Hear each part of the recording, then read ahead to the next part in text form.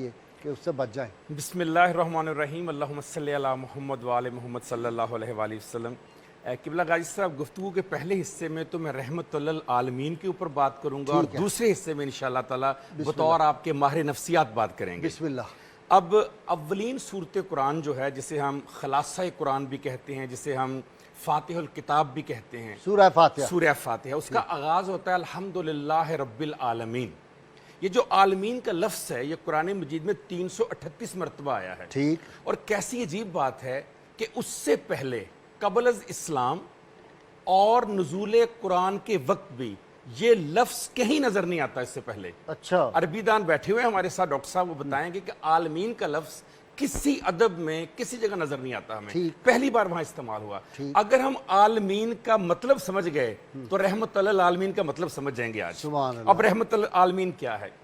اگر میں امیر اہل سنت حضرت امام احمد رضا بریلوی رحمت اللہ علیہ کی بات کروں تو آپ فرماتے ہیں ما سوائے اللہ کے جتنا کچھ بھی ہے، جتنی کائناتوں میں بھی 40 ہیں، 60 ہیں، 800 ہیں، ما سوائے اللہ کے ہر چیز عالمین ہے۔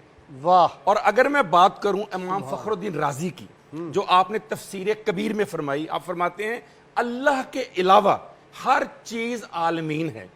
اس کا مطلب ہے کہ اللہ اپنے علاوہ ہر چیز کا رب ہے۔ ٹھیک۔ اب جس چیز کا اللہ رب ہے، اس چیز کا نبی پاک صلی اللہ علیہ وسلم رحمت ہے۔ سبحان اللہ، سبحان اب سوال یہاں یہ پیدا ہوا، تو کیا اللہ تعالیٰ کے لیے نبی رحمت نہیں ہے؟ کیونکہ ما سوائے اللہ کے ہیں۔ اس کا درجہ اللہ نے آگے لے گئے، رحمت سے بھی آگے۔ کیا کہا سورہ آل عمران میں؟ ان کنتم تحبون اللہ فاتبعونی یحببکم اللہ۔ اے نبی ان سے کہہ دو جنہیں تمہاری محبت کا دعویٰ ہے، میری محبت کا تمہاری اتباع کریں۔ یعنی اگر اللہ سے تم نے محبت کرنی ہے تو پہلے آپ کو نبی صلی اللہ علیہ وسلم محبت کرنی پڑے گی۔ راستہ وہی ہے۔ تو اب آپ دیکھیے عالمین کا مطلب یہ اللہ ہوا تک پہنچنے کا ایک ہی راستہ، کوئی دوسرا۔ پیپر آؤٹ کر دیا، پیپر آؤٹ کر دیا، جواب بھی بتا دیا۔ کہتے ہیں جی سوال کا جواب کیا ہے، کیسے پہنچوں، بتا دیا سارا کا سارا۔ خوبصورت شعر ہے وہ جو پروفیسر تھے نا اپنا گورنمنٹ کالج کے، بڑے مشہور، کیا نام تھا، مزاحیہ بھی جنہوں نے بہت لکھا، بڑے مشہور تھے، ان کے بھائی تھے زید بخاری، پطرس بخاری کے چھوٹے بھائی تھے زید بخاری، جو ریڈیو پاکستان پہ انہوں نے ایک بڑا خوبصورت شعر کہا، وہ حرم کے راستے تھے تو پہنچ گئے خدا تک، وہ حرم کے راستے سے تو پہنچ گئے خدا تک، تیری راہ گزر سے جاتے تو کچھ اور بات۔ کیا بات ہے، سبحان اللہ، سبحان اللہ۔ تیری راہ گزر سے جاتے تو کچھ اور بات۔ شعر کا جواب نعتیہ شعر میں آنا چاہیے۔ اچھا۔ معراج تو رسول کے قدموں کی خاک ہے۔ اچھا۔ معراج تو رسول کے قدموں کی دھول ہے، دھول ہے۔ معراج تو رسول کے قدموں کی دھول ہے، قرآن خدا کے لہجے میں نعت رسول ہے۔ واہ واہ واہ واہ۔ رحمت اللہ عالمین تو یہاں سے پتہ چل جاتا ہے کہ اللہ تعالیٰ نے بتا دیا قرآن پورا لکھ کر کہ یہ ہے نعت رسول۔ ٹھیک۔ اب جسے قرآن کہے اے محبوب تیرا ذکر ہم نے بلند کر دیا، جس کا ذکر رب بلند کر دے اس کو کسی اور کی کیا ضرورت رہ جاتی ہے؟ ٹھیک ہے۔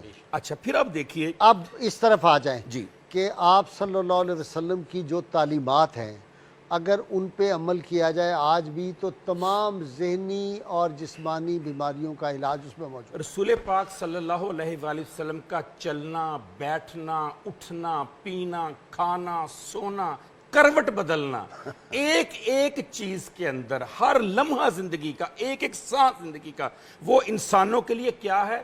نجات ہے۔ وہ انسانوں کے لیے کیا ہے؟ شفا ہے۔ وہ انسانوں کے لیے کیا ہے؟ رحمت ہے۔ وہ انسانوں کے لیے کیا ہے؟ ثواب ہے۔ وہ انسانوں کے لیے کیا حکمت ہے۔ وہ انسانوں کے لیے کیا ہے؟ دانائی ہے۔ وہ انسانوں کے لیے کیا ہے؟ ٹھنڈک ہے۔ جس کا ذکر ہی شفا ہو، اگر اس کے عمل پہ عمل کر دیا جائے تو وہ شفا کیسی ہوگی آپ کے لیے؟ ذکر بھی شفا ہے تو عمل تو بڑھ کے شفا ہے۔ بہت بڑی بات۔ مجھے لینی ہے بریک۔ ناظرین کرام بہت مختصر وقفہ، ہماری ایمان افروز گفتگو جاری رہے گی، ہمارے ساتھ رہیے گا۔ ڈاکٹر صاحب یہ جو ذکر آدمی کرتا ہے اور اس پہ بڑا زور دیا آپ صلی اللہ علیہ وسلم نے، تو اس سے جو ذہنی بیماریاں ہیں اور جب آدمی کو سکون ہو جاتا ہے تو اس سے بڑا صحت پہ اچھے اثرات مرتب ہوتے ہیں۔ جی قبلہ، سب سے پہلے ہمیں وضاحت یہ کرنی چاہیے سننے والوں کے لیے کہ کیا وجہ ہے کہ جو طب نبوی ہے وہ دنیاوی علم کے اوپر نہ صرف حاوی ہے بلکہ تمام دنیاوی علم جو ہے وہ طب نبوی سے اخذ کیا گیا ہے. جو دنیاوی علم ہے اس کی جو بنیاد ہے وہ بنیادی طور پر علم ظنی کے اوپر ہے. علم ظنی کیا ہے؟ وہ گمان اور تجربے کا علم ہے. ٹھیک ہے. لیکن جو طب نبوی ہے اس علم کی بنیاد وحی الہی ہے. اب جو وحی الہی سے علم آ رہا ہوگا اس کا مقابلہ دنیا کا کوئی علم نہیں کر سکتا. وہ لا ریب ہے اور اس میں کسی طرح کا کوئی شخص بھی بات نہیں کر سکتا. بہت اعلیٰ بات. اب جو طب نبوی ہے اس میں 4 چیزیں بڑی اہم ہیں. سب سے پہلے جو ابھی آپ نے فرمایا دعائیں نبوی، اذکار، دعا. بالکل ٹھیک. دوائے نبوی یعنی دوائی ادویات کا استعمال.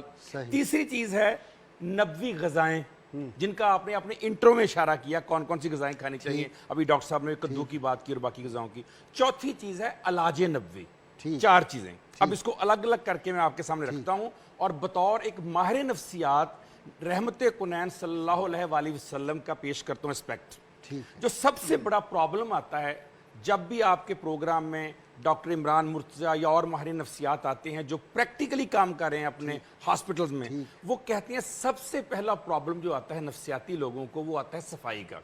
اگر یہ اپنی صفائی کا خیال رکھ لیں، طہارت کا خیال رکھ لیں، پاکیزگی کا خیال رکھ لیں تو ان کی بہت ساری نفسیاتی مسائل ویسے ہی ٹھیک ہو جاتے ہیں. تو جو سب سے پہلی چیز بتائی نبی صلی اللہ علیہ وسلم نے بتائی صفائی، پاکیزگی. دوسری چیز آپ نے کیا بتائی؟ اور آپ صلی اللہ علیہ وسلم طہور شطر الایمان. بالکل ایمان کا حصہ ہے. اچھا پھر اب دیکھیے آپ صلی اللہ علیہ وسلم کا ایک کمال قسم کا ایسا جملہ ہے، پوری نفسیات اس کے آگے ہاتھ باندھ کر کھڑی ہے. آپ فرماتے ہیں تمہارا کام مریض کو اطمینان دلانا ہے، علاج اللہ تعالیٰ کرے گا. یہی کام صرف ہم کرتے ہیں نفسیات میں. اگر ہم یقین دلا دیں مریض کو، اطمینان دلا دیں مریض کو کہ تم ٹھیک ہو تو اس کی آدھی سے زیادہ نفسیاتی بیماری ویسے ہی ٹھیک ہو جاتی ہے. جو تیسری بات ہے وہ ہے آپ نے فرمایا اذکار و دعا. تو پھر ہمارے ہاں تو یہ جو کویکس یا صحیح ڈاکٹر بھی جو ہے اللہ معاف کرے، ڈاکٹر سجاد بیٹھے ہوئے ہیں، وہ جاتے ہی بندے کو پاؤں سے نکال دیتے ہیں. کینسر سے کم تو بات ہی نہیں کرتے. اس لیے کہتے ہیں ہم سسپیکٹ کر رہے ہیں اس میں تو کینسر ہوگا، فلانا ٹیسٹ کاروبار بھی تو چلانا ہے نا جی. اگر وہ کہہ دیں کہ تمہیں اطمینان تم ٹھیک ہو تو وہ تو آئے گا ہی نہیں دوبارہ اور گھر باقیوں کا بھی علاج شروع کر دے گا اس طرح سے. اچھا جو تیسرا بڑا مسئلہ ہے نفسیاتی مریضوں کا یا کلائنٹس کا یا ممبرز کا وہ یہ ہوتا ہے کہ ان کو فیئر آف ان نون ہوتا ہے.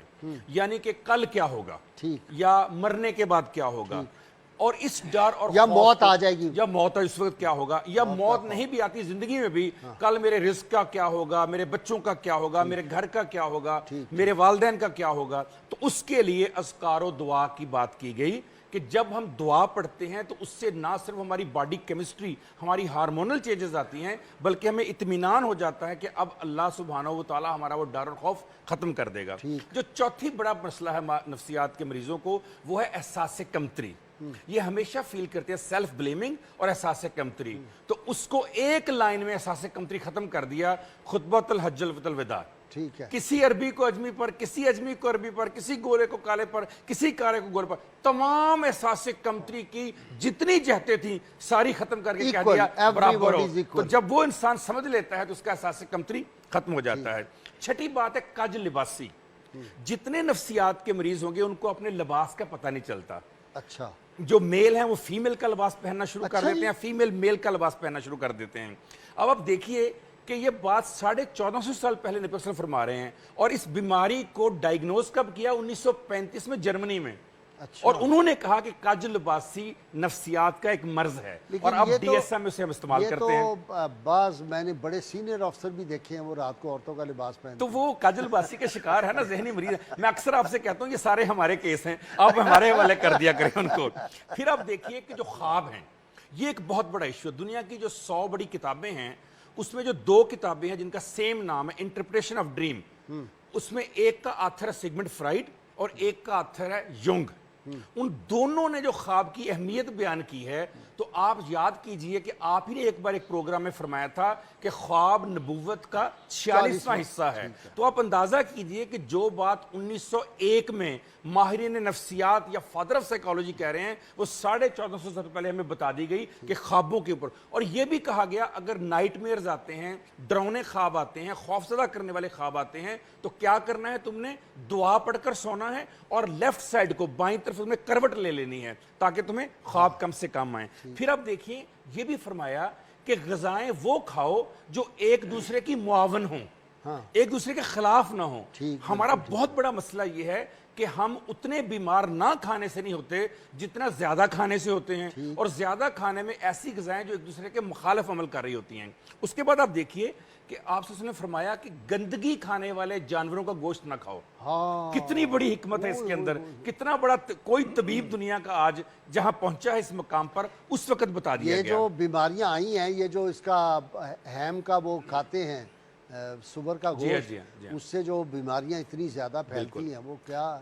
پھر آپ دیکھیے نیند کو راحت بدن و روح کہا گیا, صحیح بات, اور اس کے بارے میں قرآن مجید کی آیات بھی ہیں. اور نبی صلی اللہ علیہ وسلم کے بارے میں حضرت عائشہ فرماتی ہیں کہ آپ رات کو بہت جلد سو جاتے تھے اور صبح بہت جلد اٹھ جاتے تھے. Early to bed early to rise, وہاں سے شروع ہوا ہے. اور یہی ہم جب ہمارے پاس کوئی پیشنٹ آتا ہے اسے سب سے پہلے کہتے ہیں تمہاری نیند کیسی ہے, تمہاری بھوک کیسی ہے. جب ہمیں بتاتا ہے کہ 8 گھنٹے سے کم وہ ریپڈ آئی موومنٹس کو ہم REM کہتے ہیں, ریم, جب اس سے کہتی ہیں 8 گھنٹے سے کم ہے تو اسے ہم کہتے ہیں اپنی نیند پہلے پوری کرو. اور اس بات کا بھی ہمیں نبی پاک صلی اللہ علیہ وسلم نے, تو آپ دیکھیے ٹپ کتنی ان کی کارآمد ہے. جی سب سے پہلے یہ دیکھیے کہ پرانے زمانے میں یہ ہوتا تھا کہ جب جنگیں کرنے جاتے ہیں دور جاہلیت میں, اگر ہم تاریخ پڑھیں تو خواتین کو ساتھ لے کے جاتے تھے, کیونکہ